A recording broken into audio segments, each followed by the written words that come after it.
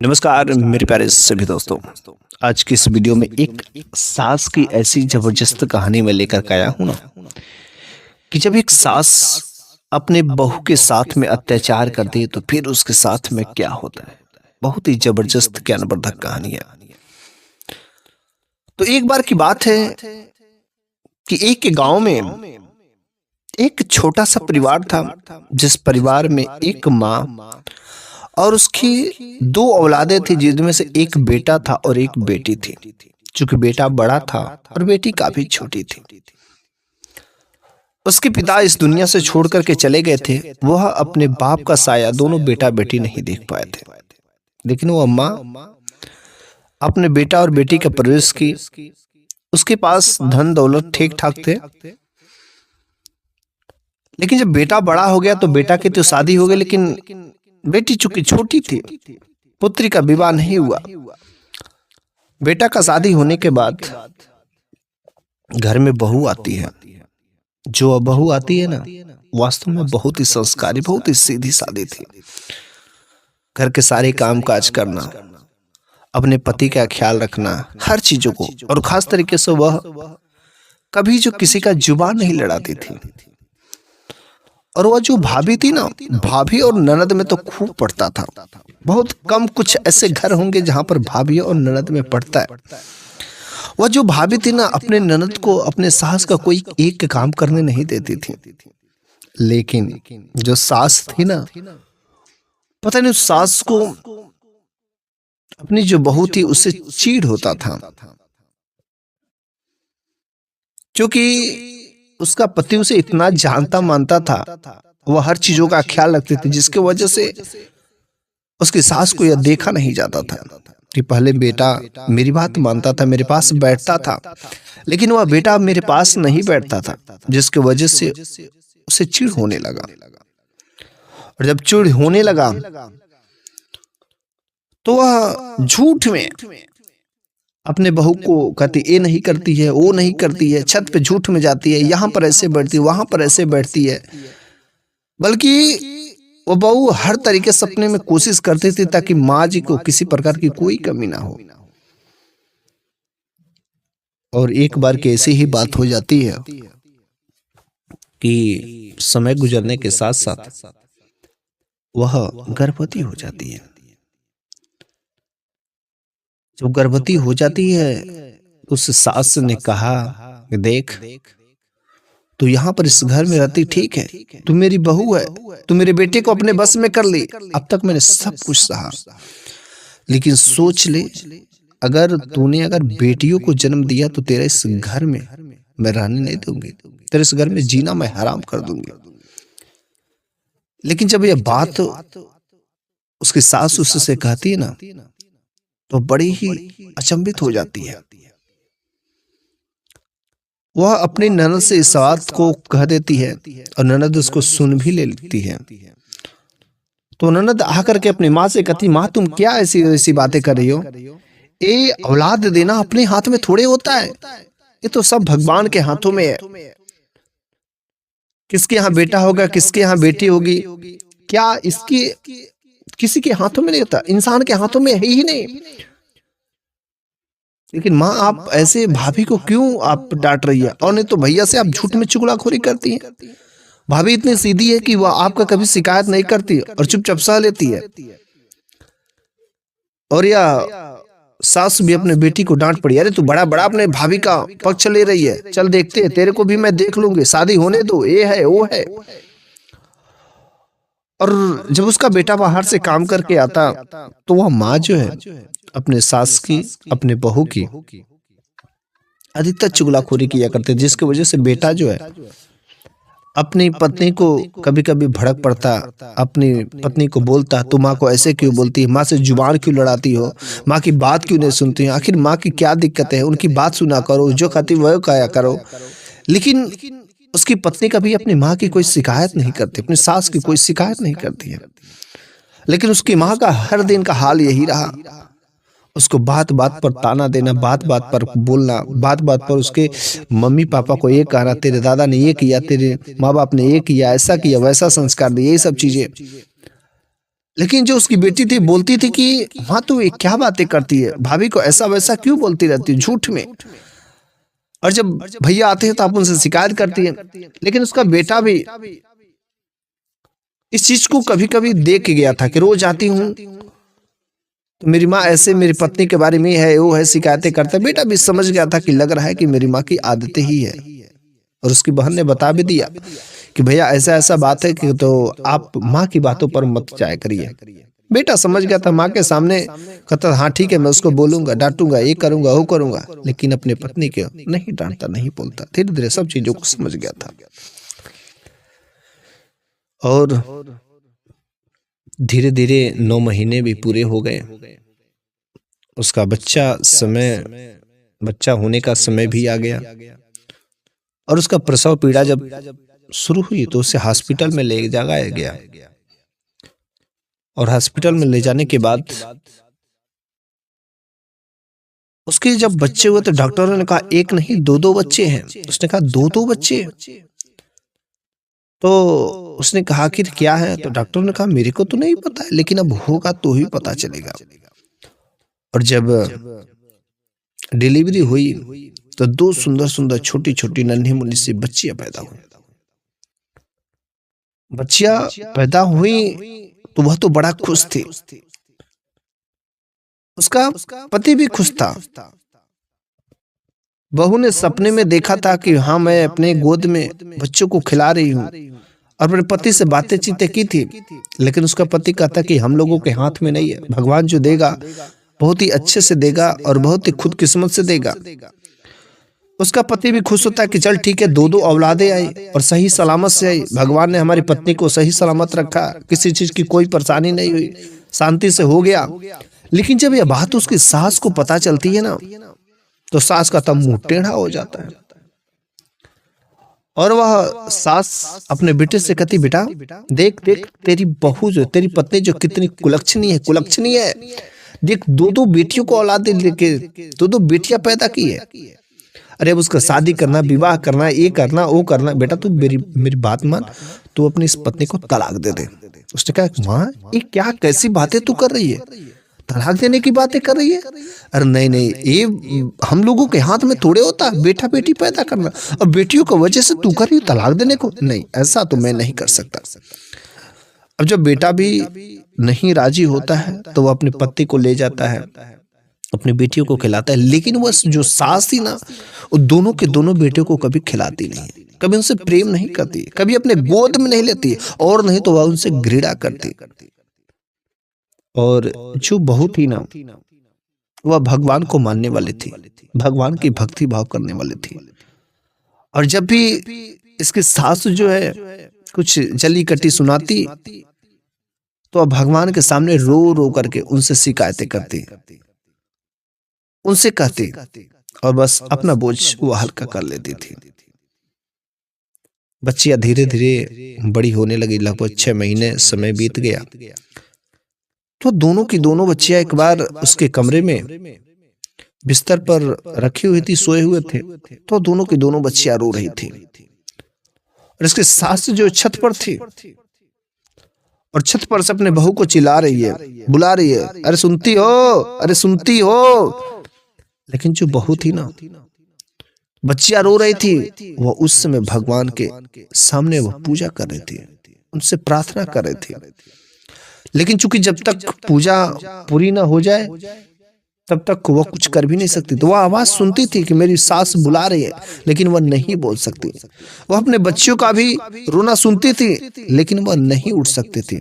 और जो वह जल्दी जल्दी पूजा समाप्त करने की कोशिश कर रही है, लेकिन तब तक सास जब बार बार बुलाते बुलाते थक गई तो आखिर 3-4 बार देने के बाद वह डायरेक्ट नीचे उतर करके आती है। और जब देखती कि बिस्तर पर दोनों के दोनों बच्चियां रो रहे हैं और वह पूजा कर रही है, और पूजा करते हुए जैसे देखती है तो वह कहती अच्छा बड़का पुजारी बन गई है, भगवान का भक्त बन रही है, ये कर रही है वो कर रही है, और बच्चे रो रहे हैं। और उसी पर एक डंडा उठा करके उन दोनों के दोनों बच्चे जो रो रही होती है उनको मार देती है। और जैसे ही मार देती उनके दोनों के दोनों शरीर पर काले काले धब्बे पड़ जाते हैं। दोनों बच्चे चीख पड़ते हैं, लेकिन उस माँ का दिल दहल जाता है। वह तुरंत उस जगह से उठ करके अपने दोनों के दोनों बच्चों को गले से लगा लेती है। वो कहती, माँ ये आपने क्या किया? आपने आज तक मेरे साथ में किया तो मैंने कुछ नहीं बोला, लेकिन आज आपने तो हद ही पार कर दी है। अगर इन बेटियों ने आपका क्या बिगाड़ा? हाँ मैं मानती हूँ कि दोनों के दोनों बेटियां आप कभी गोद में नहीं लेती, नहीं खिलाती, आपको नहीं पसंद है, लेकिन आपको मारने का भी तब हक नहीं है। जब आप नहीं खिलाती है, नहीं इसको चाहती, तो क्यों मारी? आप बहुत निर्दयी हैं, ये है वो है। ऐसी जब बात बोलती है, वह माँ भी जो अपने बेटियों का हालचाल नहीं सहन कर सकती है, ऐसा दर्द नहीं सहन कर सकती, वह अपना आपा खो बैठती है। जब उसकी सास ने उसके बेटियों के साथ में ऐसा अत्याचार किया, उनकी बेटियों पर, अपने नातनी पर मारा था, क्योंकि उसको समझती नहीं थी। और उसकी सास ने कहा, तुम मुझसे जबान लड़ा रही हो, ये कर रही हो, वो कर रही हो। सास ने उसी डंडे से 2 डंडा जो उसे भी दे मारा। और जैसे ही 2 डंडा मारते हैं तो एक डंडा तो उसे लगता है, लेकिन दूसरा डंडा फिर से जो छोटे छोटे नन्हे मुन्ने से बच्चियां थे उनको लग जाता है। उस बहू का दिमाग खराब हो जाता है कि आपने मेरे को तो मारा सही, लेकिन क्या आपको इतना पता नहीं छोटे छोटे नन्हे मुन्ने बच्चे हैं? वो आप नापा खो बैठती है और अपने सास का जो गर्दन पकड़ लेती है और गर्दन पकड़ करके दीवार में दबा देती है। और जैसे ही यह हादसा हो ही रहा होता तब तक जो उसका बेटा जो है घर में प्रवेश कर जाता है और इस स्थिति को देख लेता है कि माँ का गर्दन पकड़े हुए मेरी पत्नी।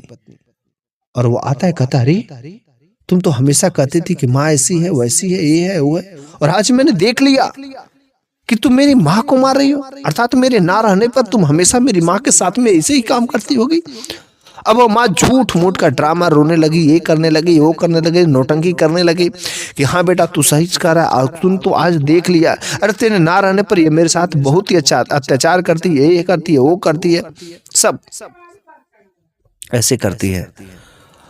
और वह माँ जो अनेक प्रकार से चुगलीखोरी अपने बेटे के साथ में कर देती है। वह बेटा कहता है, देख अब तेरा घर में रहना खैरियत नहीं है और जल्द से तू यहाँ से अभी अपना बुरिया बिस्तर निकाल, मैं तेरे को अब अपने घर में नहीं रख सकता हूँ। वह बहू एक बार भी अपना साफ सफाई नहीं देती है। उसका पति एक बार भी जानने की कोशिश नहीं करता आखिर हुआ क्या था, बात क्या थी। एक बार भी उसने अपने पति से पूछने की कोशिश नहीं किया, तुरंत उसको ले जाकर के मायके पहुंचा दिया। वो अपने मायके चली गई, चूंकि उसके मम्मी पापा माँ बाप इस दुनिया से छोड़ करके चले गए थे। उसके भाई थे, भाभी थी, लेकिन जब वह अपने मायके गई तो उस भाइयों ने कहा, तू यहाँ पर आ गई, अरे कितना दिन रहेगी? उसने कहा, भैया ऐसी ऐसी बातें हैं। तो जब भाई को पता चलता है कि अपने घर से लड़ाई झगड़ा करके आती है, तो भाई कहता, करिए तू यहाँ पर कब तक रहेगी? साथ में तेरे जो 2 छोटे छोटे बच्चे हैं, इनका भी खाना पीना सब करना, हगना मूतना सब देखना है, कौन करेगा, कैसे होगा? उनकी जो भाभियां रहती हैं, भाभियों को भी बोझ लगने लगता है। तो बहन अपने भाई के पास में बड़ी ही आस लेकर के गई रहती है कि शायद भाई मेरी रेख देख करेगा, मेरी चिंता फिक्र करेगा, लेकिन उस भाई ने एक बार भी अपने बहन के बारे में नहीं सोचा। कुछ ऐसे भी भाई होते हैं जो अपने बहन के आंखों में आंसू नहीं आने देते हैं, लेकिन कुछ ऐसे भाई होते हैं जो सामने ही बहन रोती रहती है, उसको कोई प्रभाव नहीं पड़ता है। और यह भी भाइयों में से वैसा ही था। वह बहन रो रो करके कही कि भैया आप मेरे को मत दीजिएगा, खाने पीने को कुछ मत दीजिएगा, लेकिन रहने के लिए बस छोटा सा एक जगह दे दीजिए, बाकी मैं आपसे कभी कुछ शिकवा शिकायत नहीं करूंगा। उसने कहा, ठीक है, तुम्हारे भी माँ बाप थे, इस वजह से तुम अपने माँ बाप का एक घर मैं दे देता हूं, तुम वहां पर अपने बच्चों के साथ में रहना। और इधर उसके पति ने दूसरी शादी कर दी, उसकी सास ने दूसरी शादी करवा दी, क्योंकि अब उसे वह तलाक दे चुका था। इधर बेचारी यह जब अपने भाई के यहाँ पर अपने मायके में थी, तो जब उसका कोई साधन नहीं दिखा पैसे का, चूंकि वह पढ़ी लिखी थी और पढ़ी लिखी होने की वजह से वह बच्चों को ट्यूशन देना शुरू कर देती है। वह मन से पढ़ाती है और जिसकी वजह से उसके पास में अच्छे खासे बच्चे आने शुरू हो गए। अच्छे खासे बच्चों के वजह से उसके अच्छी खासी कमाई भी होने लगी, पैसे भी मिलने लगे और वो अपने बच्चों का परवरिश ठीक ठाक करने लगे। लेकिन जब कुछ दिन बीत जाते हैं ना, लगभग 4 या 5 साल के बाद में, तो उसी के गांव की एक उसकी सहेली थी, जो उसका विवाह उसके बगल गांव में ही हुआ था। वह आती है और कहती, करे बहन, अरे सखी तुम यहाँ पर हो, अरे तुम्हारा जो पति ना तुमको तो तलाक दे दिया, लेकिन उसके कुछ ही दिन बाद उसने दूसरी शादी की। और जब दूसरी शादी की ना, तो जानते हो क्या हुआ? उसने कहा क्या हुआ? तो जो दूसरी वाली बहू आई थी ना, वह तो बिल्कुल ही बहुत गलत किस्म की थी। वह छत पर बैठ करके घंटों घंटों बातें किया करती थी। वह दिन भर छत पर ही रहती। वह घर का एक कामकाज नहीं करती थी, उल्टा अपने वह सास पर वह हुकूमत चलाती थी। अपने सास की शिकायतें अपने बेटे से, उसके बेटे से, अपने पति से किया करती थी। वह खूबसूरत थी, लेकिन अपनी सूरती का फायदा जो उठाती थी। उसका बेटा भी उसके बस में आ गया था। वह अपनी माँ की बातों को एक ना सुनता था, और नहीं तो अपनी पत्नी के कहने पर वह अपनी माँ को मार भी दिया करता था, और ऐसा वह काम करता था। और एक समय ऐसा आ गया कि उसको अपनी माँ से चिढ़ होने लगी। उस बेटे को अपनी माँ से चिढ़ होने लगी थी। बस उस बहू ने इतना बातें भर दिया था। और एक दिन उस बेटा और बहू में खूब झगड़ा होता है, जिसकी वजह से उस बेटे ने घर छोड़ दिया, अपनी बहू को लेकर के घर छोड़ दिया, और घर में बस वह सास रहने लगी। चूंकि वह समय गुजारने के साथ साथ वह बुढ़ी हो गई थी। अब वो अपने ही हाथों से खाना बनाए, अपने ही सब कुछ करे। कैसे करे, किससे बोले? अब उससे अपनी पहली वाली बहू की बहुत याद आती थी, लेकिन करे तो करे क्या, अब तो वह उसके पास में नहीं थी। और एक दिन ऐसा आया कि उसका तबीयत बहुत ज्यादा खराब हो गया।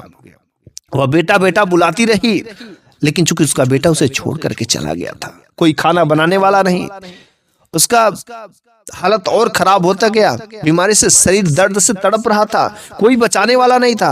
वह उस घर में ही उसकी मृत्यु हो जाती है। कोई हालचाल नहीं लेने वाला था, क्योंकि वह सबसे मुंह टेढ़ा ही करके रखे थे। एक दिन हो जाते, कोई खोज खबर नहीं। 2 दिन हो गए, कोई खोज खबर नहीं। और ऐसे ही देखा 4 से 5 दिन बीत जाते हैं, तो अगल बगल के लोगों ने सोचा, अरे ये गई तो गई कहाँ चली गई? इसका बेटा तो छोड़ करके चला ही गया। आखिर ये घर में दिखती भी नहीं है, कहीं इधर हिलती डुलती भी नहीं, बात क्या है? तो अगल बगल के जब पड़ोसियों ने देखा, तरी वह तो मरी पड़ी है। उसको तुरंत बेटा को सूचित किया गया कि देख, तेरी माँ चली गई, इस दुनिया से चली गई है, तेरी माँ मर गई है। जैसे वह बेटा सुनता है तो अपने घर पर आता है, लेकिन जब वो अपनी माँ की डेड बॉडी को देखता ना, बहुत ही हैरान होता है, क्योंकि उसकी माँ का जो शरीर था ना, उसके शरीर में कीड़े पड़ गए थे। चूहे नोच नोच करके ले जा रहे थे।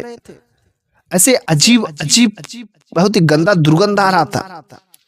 सारे लोग समझ जाते कि इसकी माँ के साथ में ऐसा क्यों हुआ है। बेटा भी समझ जाता कि मेरी माँ के साथ में ऐसा क्यों हुआ है। बेटा को भी बुद्धि खुल जाता है कि आखिर उसकी पहली बेबी की याद आती है। फिर माँ के कहने पर, माँ के चढ़ाने पर उसने अपने पहली बेबी को धोखा दे दिया था, तलाक दे दिया था।